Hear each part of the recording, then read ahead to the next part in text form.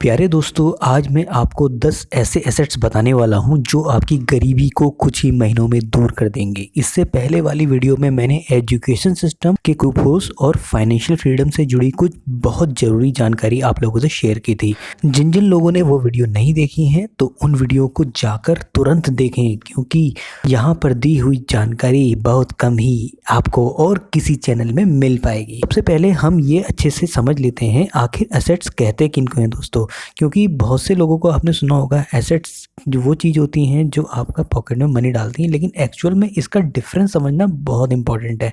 तो दोस्तों, एसेट्स और लायबिलिटीज़ में अगर आप लोगों को डिफरेंस समझना है तो सबसे पहले आप लोगों को ये देखना होगा बचपन से वो चीज़ें जो आप लोगों ने जोड़ी हैं, जिन जिन से आप लोगों की जेब में मनी ऐड हुआ है। जी हाँ, अब ये मत कहना कि हमने बहाने करके पेरेंट्स से पैसे लिए। जी नहीं, इसकी बात नहीं चल रही है। तो आपको वो चीज़ें देखनी है जिन जिन चीज़ों ने आपकी जेब में यानी पॉकेट में पैसा ऐड किया है, वो आपका कहलाती हैं एसेट्स। और जो चीज़ें आपने ऐसी खरीद ली हैं जिनकी वजह से आपकी पॉकेट से पैसा गया है, वो कहलाएगी लायबिलिटीज़। तो चलिए आगे बढ़ते हैं। तो आइए दोस्तों, फिर से समझ लेते हैं आखिर एसेट्स होते क्या हैं। एसेट्स में ऐसी चीज़ें काउंट होती हैं जो आपकी पॉकेट में मनी को ऐड करती हैं। जी हाँ, जो आपकी पॉकेट में पैसे ऐड करती हैं वो एसेट्स की कैटेगरी में आती हैं, और जो चीज़ें आपकी पॉकेट से मनी को निकालती हैं वो आपकी लायबिलिटीज़ में काउंट होती हैं। तो 10 ऐसे एसेट्स जानते हैं जिन्हें आप अपनी चॉइस के अकॉर्डिंग चुन सकते हैं। सबसे पहला एसेट आता है रियल एस्टेट। जी हाँ, फोर्ब्स के अकॉर्डिंग सबसे ज़्यादा मिलेनियर रियल एस्टेट से ही आते हैं।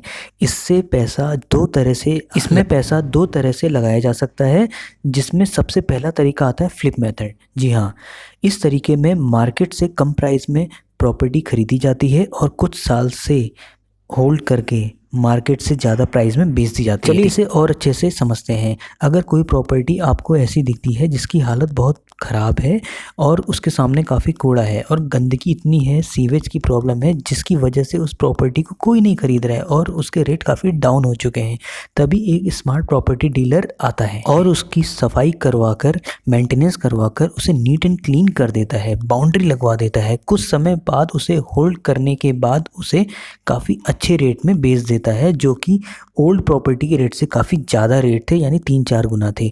तो हो गया ना मुनाफा आखिर। लेकिन आप लोगों को ये उतना मज़ेदार नहीं लगेगा, क्योंकि इस प्रॉपर्टी से केवल एक ही बार फ़ायदा उठाया। लेकिन असली इन्वेस्टर कभी ऐसा नहीं करते। वो प्रॉपर्टी को लंबे समय तक होल्ड करते हैं, या फिर उस प्रॉपर्टी में कुछ ऐसे शॉपिंग मॉल, मल्टी कॉम्प्लेक्स बना देते हैं, जिससे रेगुलर इंटरवल में हर मंथली कुछ ना कुछ मनी जनरेट होते रहे। जैसे शॉपिंग मॉल्स आपने देखे होंगे और कॉम्प्लेक्स देखे होंगे, जिससे हर महीने पैसा आता रहता है।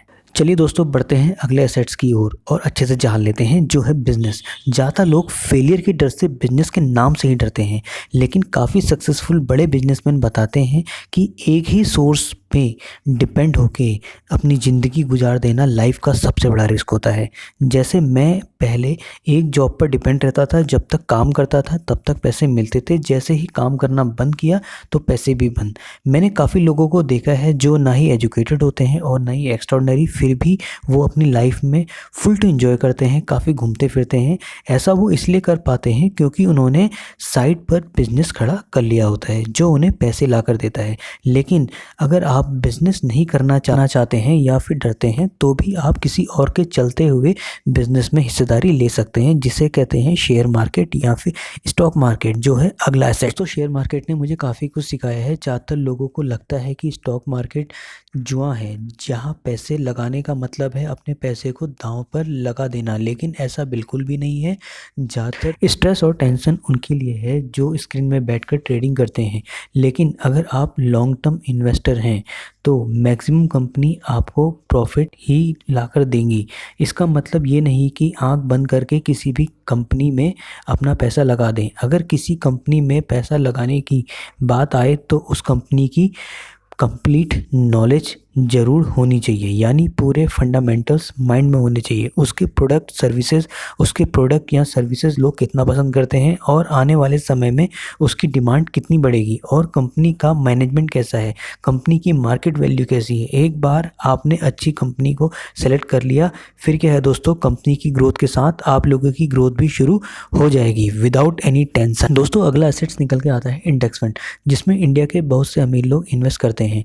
अगर हम इंडिया के इंडेक्स फंड की बात करें तो वो है निफ्टी 50, जिसका मतलब है इंडिया की टॉप 50 कंपनी। रिच लोग अपने वेल्थ को मैक्सिमाइज करने के लिए यहाँ पर इन्वेस्ट करते हैं। इंडिया की टॉप 50 कंपनियाँ अगर आप इसे लंबे समय तक होल्ड करके रखते हैं तो ये आपको 15% रिटर्न दे जाती है। जब जब मार्केट डाउन जाता है या गिरता है तो स्मार्ट इन्वेस्टर इसमें और पैसा लगाते हैं और कुछ इन्वेस्टर अपने पैसों को निकाल लेते हैं। उनको पैसा डूबने का काफ़ी डर लगा रहता है।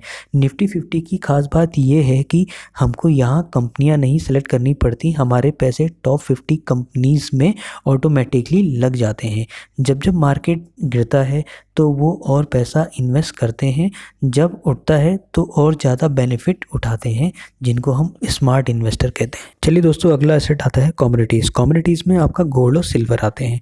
गोल्ड और सिल्वर में इन्वेस्ट करने का मतलब ये नहीं कि आप इसकी ज्वेलरी बनाते हैं। ज्वेलरी में आपको यहाँ पे मेकिंग चार्ज देना पड़ता है, जबकि एज अ कमोडिटी अगर आप इसमें इन्वेस्ट करते हैं, जैसे गोल्ड कॉइन्स हो गए आपका और अनदर ऑल्ट कॉइन्स आते हैं, इसके साथ साथ यहाँ पे आरबीआई गोल्ड बॉन्ड भी इंक्लूड होते हैं, जिसमें आपको बेहतर रिटर्न निकल के आते हैं। अगला एसेट निकल के आता है कंटेंट। जी हाँ दोस्तों, कंटेंट भी एक तरह का एसेट में काउंट होता है, जिसमें आपका इंटेलेक्ट इन्वॉल्व होता है। जैसे वीडियो मेकिंग हो गया, बुक आपने लिख दी जिसमें आपका माइंड लगा, खुद का माइंड लगा, ठीक है, तो ये आपकी इंटेलेक्चुअल प्रॉपर्टी में आती है। एग्जाम्पल के तौर पे मैंने एक गाना गाया जिसमें मैं अपना कॉपीराइट क्लेम, पेटेंट और लाइसेंस ले सकता हूँ। अगर कोई इस म्यूज़िक को इन फ्यूचर यूज़ करता है तो मुझे सालों साल इसकी रॉयल्टी मिलती रहेगी और मेरा एक इनकम का सोर्स यहाँ पे बन जाएगा।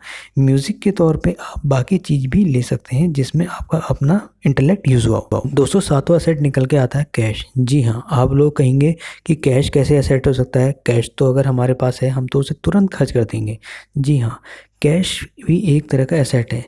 फॉर एग्ज़ाम्पल, अगर मेरे को कोई बहुत अच्छी चीज़ या बहुत महंगी चीज़ काफ़ी सस्ते दामों में मिल रही है, 50% ऑफ है, ठीक है, तो मुझे तुरंत कैश चाहिए होगा उसे ख़रीदने के लिए, तो ये एक तरह का मेरा इन्वेस्टमेंट और बहुत बढ़िया इन्वेस्टमेंट हो सकता है। अगला आता है मेडिकल इमरजेंसी। जी हाँ, मेडिकल इमरजेंसी लाइफ से बड़ा कोई एसेट नहीं है, उसमें भी हमें कैश चाहिए होता है। दोस्तों अगला एसेट्स निकल के आते हैं यहाँ पे इक्विपमेंट एंड मशीनरी।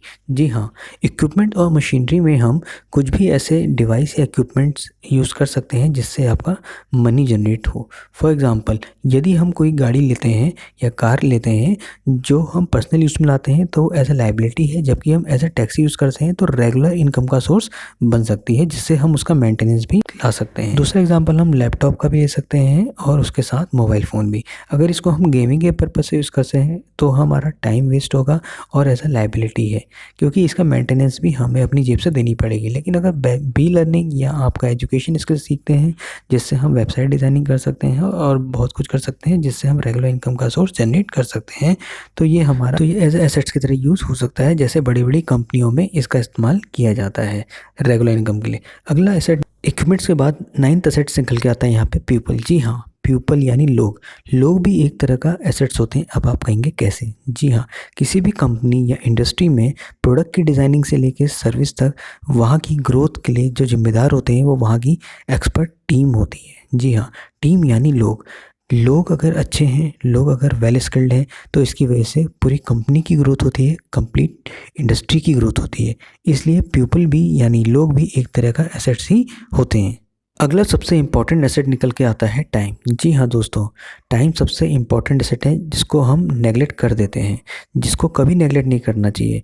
आखिर कहा भी क्या है, once time has gone never comes again. जी हाँ, टाइम एक ऐसा एसेट है जिसको हम कभी रिकवर नहीं कर सकते हैं, जबकि मनी को हम रिकवर कर सकते हैं। लेकिन हम ज़्यादातर समय किस में बर्बाद करते हैं? सोशल मीडिया में। सोशल मीडिया में अगर आप सीखने के पॉइंट ऑफ व्यू से कुछ देखते हैं तो डेफिनेटली वो आपका एसेट है। वॉरेन बफेट भी कहते हैं हमें अपने टाइम को कभी बर्बाद नहीं करना चाहिए। इसको हमें या तो किसी चीज़ को सीखने में, नई स्किल सीखने में, अच्छी अच्छी बुकें पढ़ने में और अच्छी चीज़ें, क्योंकि जितना समय हम सीखने में लगाएंगे उससे हमारी मेंटल ग्रोथ होगी, और मेंटल ग्रोथ होगी स्वाभाविक है, हर किसी की ग्रोथ होगी, चाहे वो सोसाइटी में हो चाहे वो फैमिली में हो। इसलिए फाइनेंशियली फ्री होने के लिए आपके लिए ये 10 एसेट्स बहुत इंपॉर्टेंट है, इसलिए इनको अच्छे से लिख लीजिए और समझ लीजिए। इसी तरह की फाइनेंशियल वीडियो जानने के लिए जुड़े रहिए मनी ग्रेडेंट से और अपने comments Thank you, friends, create assets. और अपने कोई डाउट्स हैं, कोई प्रॉब्लम है तो डेफिनेटली नीचे पूछिए, आपको उसकी वीडियो डेफिनेटली मिलेगी।